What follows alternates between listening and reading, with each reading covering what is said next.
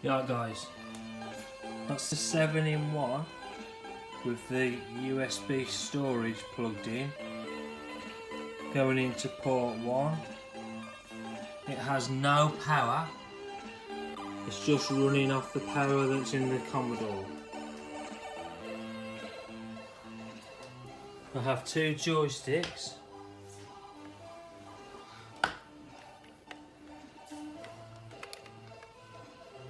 As we can see,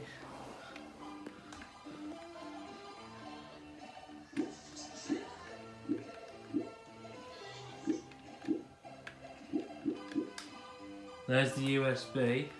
I'm going to get the other joystick here.